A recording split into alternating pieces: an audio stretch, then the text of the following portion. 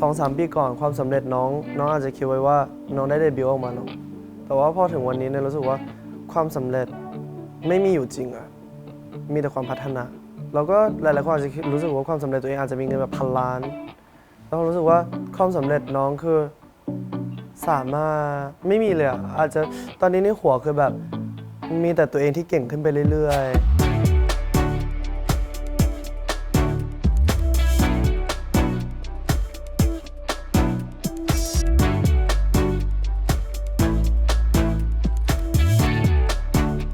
สวัสดีครับเพื่อนๆทุกคนนี่นายเองนะครับนายกรเชษนะครับหรือว่าเกาชิงเฉินนะครับผมชีวิตไม่มีความเป็นส่วนตัวมาสักพักใหญ่ๆแล้วครับแต่ว่าก็ไม่ไ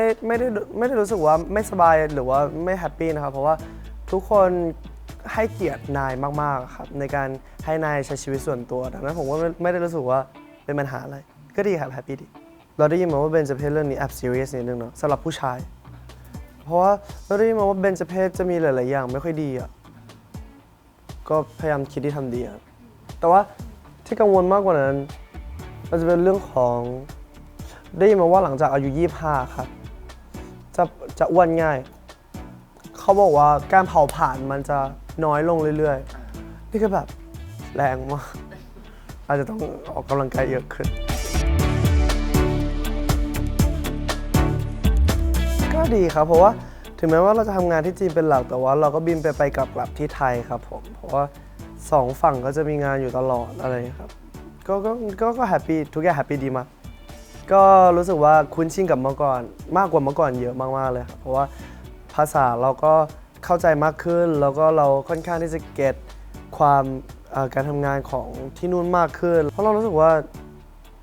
เราไม่ได้เป็นคนเรื่องเยอะด้วยมั้งเราก็เลยอยู่ไหนก็ได้เลยเป็นฟีลแบบถ้าผลงานมันออกมาดีผมก็ไม่ได้รู้สึกว่ามันเป็นความยากลำบากอะไร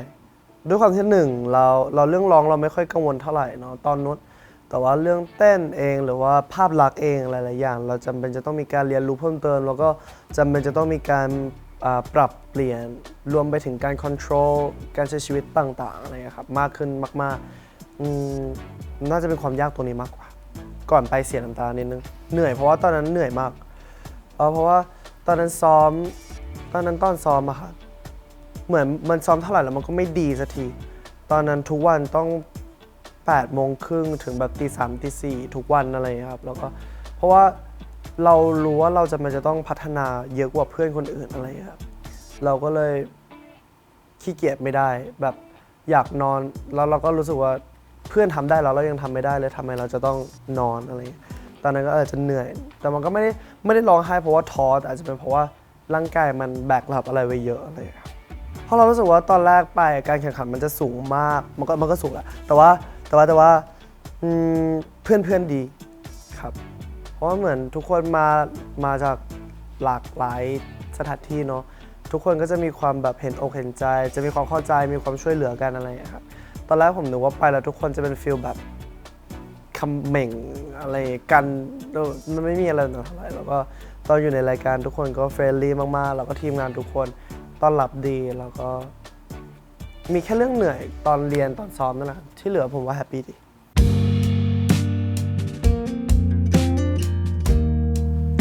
คำถามนี้เจอบ่อยครับแล้วก็จะบอกเสมอว่ายากจากการเป็นวงแล้วมาทำเป็นโซโลอิสต์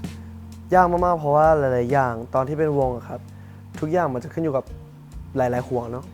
หลายๆความคิดเห็นแต่ว่าพอมาเป็นโซโล่ครับนอกจากเหนือจากผมต้องคิด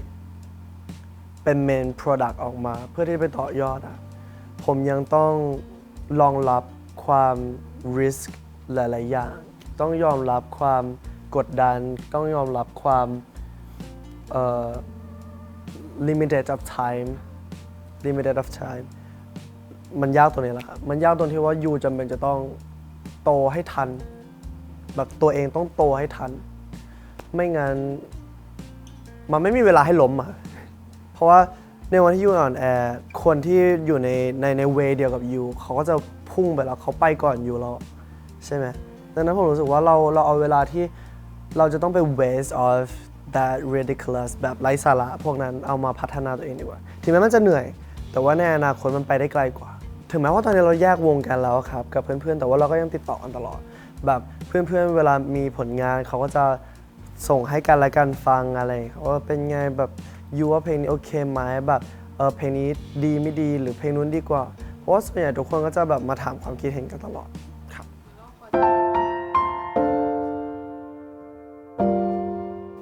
แต่อยู่ที่บ้านก็ไม่ได้เป็นอย่างนี้หรอกครับอ๋ออยู่ที่บ้านผมเป็น introvert นะเป็นฟีลแบบไม่อยากพูดเป็นฟีลแบบ no คุณแม่ถามว่าแบบนี้ครับเพราะผมรู้สึกว่าเราอยากให้คนรอบข้างเราแฮปปี้มากกว่าเราเลยไม่ได้รู้สึกว่าการออกมาข้างนอกมันจะต้อง introvert หรืออะไรมันไม่ได้บังคับให้ตัวเองเป็น extrovert ไม่ชอบเวลาบรรยากาศมันเป็นฟีลแบบคึมๆผมก็เลยแบบอาจจะเป็นธรรมชาติไปเลยผมก็ไม่รู้เหมือนกัน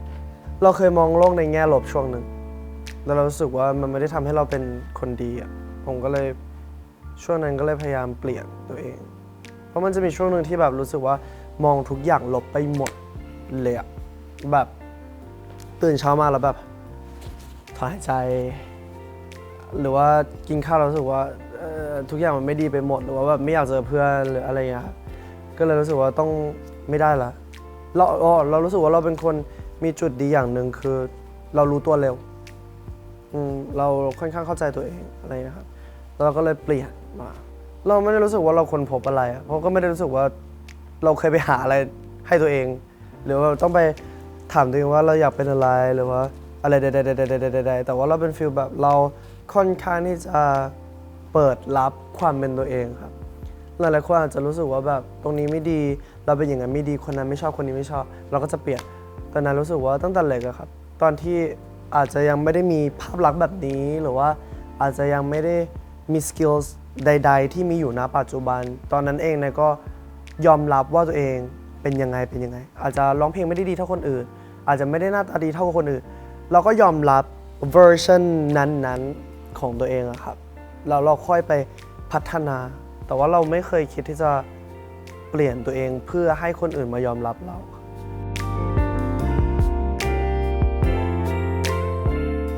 ผมว่าเปลี่ยนไปเยอะเลยนะเพราะเมื่อก่อนผมจะเป็นคนที่ hot tempered มากๆอารมณ์ไม่ค่อยดีอะครับอารมณ์แบบเร็วอารมณ์ไม่ดีฉุนเป็นคนเพราะเราเป็นคนความคิดเยอะเราก็เร็วมากครับแล้วมันจะเป็นฟีลแบบทำไมคิดไม่ถึงอะแบบเป็นฟีลแบบทำไมช้าขนาดนี้นะแบบเฮ้ยแบบแต่พอเราโตขึ้นไปเรื่อยๆครับเราจะรู้สึกว่าทุกคนมันไม่ได้โตมาในสภาพแวดล้อมเดียวกันทุกคนไม่ได้เรียนรู้มาในแพ็กเกจที่เหมือนกันอะไรอย่างเงี้ยแล้วก็แต่ละคนไม่ได้โตมาเหมือนกันความคิดหลายๆอย่างมันก็เลยเปลี่ยนไปว่าแบบจริงๆเรากลายเป็นคนที่บรรลุนิติภาวะไม่ได้แปลว่ายูจะต้องมีอายุ18แต่ว่าผมรู้สึกว่าตัวเองบรรลุนิติภาวะเมื่อไม่นานมานี้ครับเพราะว่าเรารู้สึกว่าเมื่อก่อนเราเป็นเด็กมากเลยตอนยังอยู่ในวงเราก็รู้สึกว่าเราเป็นเด็กเรารู้สึกว่าเราอยากทำในสิ่งที่เราอยากทำเราอยากร้องหรือว่าอยากพูดหรืออยากตำหนิใดๆในสิ่งที่เราคิดแต่ว่าพอเราโตขึ้นมาเรารู้สึกว่าหลายๆอย่างมันไม่สามารถที่จะ express ออกมาได้โดยตรงผมจะไม่ค่อยเลือกที่จะไปตำหนิใครคนใดคนหนึ่งโดยตรงครับเพราะผมรู้สึกว่าทีมงานผมทุกคนผมอยากให้ทุกคนเป็นเพื่อนผมไม่อยากให้ทุกคนรู้สึกว่าตัวเองเป็นคนงานเพราะผมรู้สึกว่าการที่ผมมายืนอยู่ตรงนี้ได้คือทุกคนเป็นคนที่อยู่ข้างหลังซัพพอร์ตผมมาตลอดอะไรครับผมเลยรู้สึกว่าบางทีอาจจะจำเป็นจะต้องเอาตัวเองเข้าไปให้ทุกคนรู้สึกว่าเราเป็นก้อนเดียวกันถึงแม้ว่าตอนนี้อาจจะมี hot temper บ้างแต่ว่าก็น้อยลงกว่าเมื่อก่อนเยอะครับผมคุยกับตัวเองทุกวันเลยครับผมไม่ได้พูดถึงว่าแบบคิดกับตัวเองนะแต่ผมพูดแบบทำไงดีวะแบบพรุ่งนี้ยังไงดีวะพรุ่งนี้แต่งตัวยังไงดีวะพูดกับกระจกนะแบบว่าไง พี่ผมเป็นบ้าจริงครับก็สนุกดี มันมีเพื่อนผมรู้สึกว่าการให้กำลังใจตัวเองเป็นอะไรที่สำคัญมากๆเพราะผมรู้สึกว่าถ้าสมมติว่ายูยังรักตัวเองไม่เป็นเลยอะเราใครยูจะเอาความรักตัวนี้ไปแบ่งให้ใคร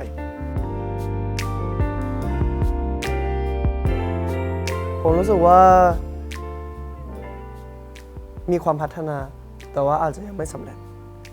เพราะผมไม่ได้ตั้งเป้าหมายไว้ว่าความสำเร็จผมจะต้องขนาดไหน เพราะว่าผมรู้สึกว่าการใช้ชีวิตของนายเองอะครับไม่มีเพดานเท่าไหร่ ผมรู้สึกว่าชีวิตคนเราถ้าสมมุติว่าเราไม่ตีกรอบให้ตัวเอง ยังไงความสำเร็จนั้นมันสามารถสูงขึ้นไปได้เรื่อยๆ2-3 ปีก่อนความสำเร็จน้องอาจจะคิดไว้ว่าน้องได้เดบิวต์ออกมาเนาะแต่ว่าพอถึงวันนี้เนี่ยรู้สึกว่าความสำเร็จไม่มีอยู่จริงอะมีแต่ความพัฒนาแล้วก็หลายๆคนอาจจะรู้สึกว่าความสำเร็จตัวเองอาจจะมีเงินแบบพันล้านแล้วผมรู้สึกว่าความสำเร็จน้องคือสามารถไม่มีเลยอะอาจจะตอนนี้ในหัวคือแบบ